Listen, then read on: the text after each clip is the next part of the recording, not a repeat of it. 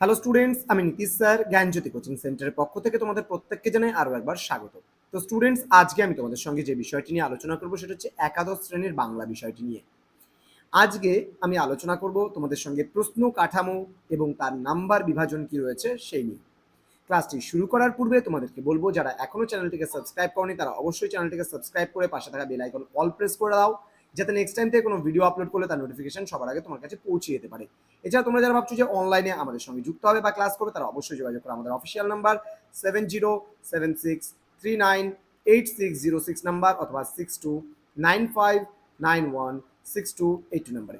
তোমাদের total course fee রয়েছে, আমি বিষয়টি একটু বুঝিয়ে দিচ্ছি। 11-এর কোর্স ফিটা একটু আলাদা আমাদের। কেমন রয়েছে?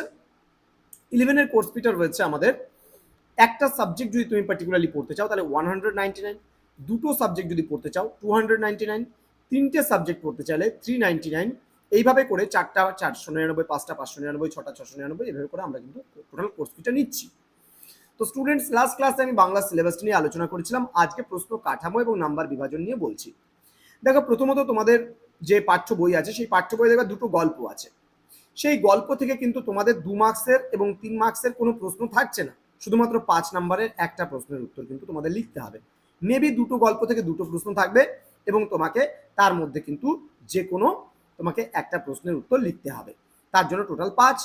এবার কবিতা তোমাদের দেখবে যে বইয়ের মধ্যে পাঠ্য বই 3টে কবিতা রয়েছে, 3টে কবিতার মধ্যে এখান থেকে আবার কোনো 5 নাম্বারের প্রশ্ন থাকবে না। এসিকিউ মানে শর্ট অ্যান্সার টাইপ কোয়েশ্চেন্স কিন্তু 2 নাম্বারের একটা লিখতে হবে এবং এসএকিউ 3 মার্কসের কিন্তু একটা লিখতে হবে। টোটাল থাকছে 5 নাম্বার কবিতা থেকে। এবার তোমাদের একটা আগুন নামে একটা নাটক আছে দেখবে, সেই নাটকের মধ্যে কিন্তু তোমাদের কোনো এসএকিউ থাকছে না, 2 নাম্বার এবং 3 নাম্বারের প্রশ্ন কিন্তু থাকছে না, থাকছে হচ্ছে 5 নাম্বারের একটা প্রশ্নের উত্তর তোমাদের এখান থেকে লিখতে হচ্ছে।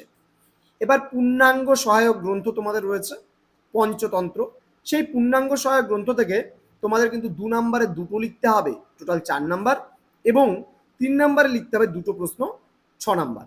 তাহলে 4 আর 6 মিলে হলো 10 কিন্তু পূর্ণাঙ্গ সহায়ক গ্রন্থ থেকে।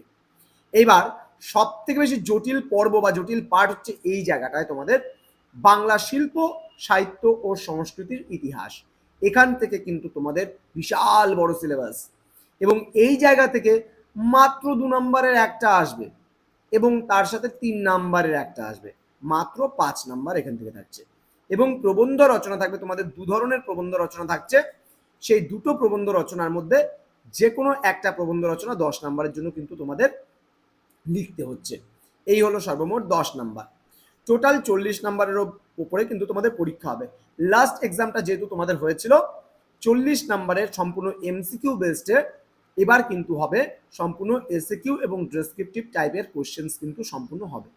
তো স্টুডেন্টস, তোমাদের অবশ্যই বলবো ক্লাসটি শেষ করার পূর্বে জ্ঞানজ্যোতি কোচিং সেন্টারের অফিসিয়াল ইউটিউব চ্যানেলটিকে যারা এখনো সাবস্ক্রাইব করনি তারা অবশ্যই চ্যানেলটিকে সাবস্ক্রাইব করো, পাশে থাকা বেল আইকন অল প্রেস করে রাখো, যাতে নেক্সট টাইম থেকে কোনো ভিডিও আপলোড করলে তার নোটিফিকেশন তুমি সবার আগে পেতে পারো। তোমাদের উজ্জ্বল ভবিষ্যৎ গড়ে তুলবো আমরা, এটাই কিন্তু আমাদের মূল প্রতিশ্রুতি। আমাদের ওয়েবসাইট ভিজিট করতে পারো www.gyanjyoti.info, অথবা নীলস নিভা নামেও আমাদের ওয়েবসাইট রয়েছে এবং ইউটিউব চ্যানেলও রয়েছে, তোমরা ভিজিট করতে পারো। দেখা হচ্ছে আরও একটা নতুন টপিক নিয়ে নতুন ক্লাসের সঙ্গে। তোমরা প্রত্যেকে ভালো থেকো, সুস্থ থেকো। Thank you so much, thank for watching. After all, thank you.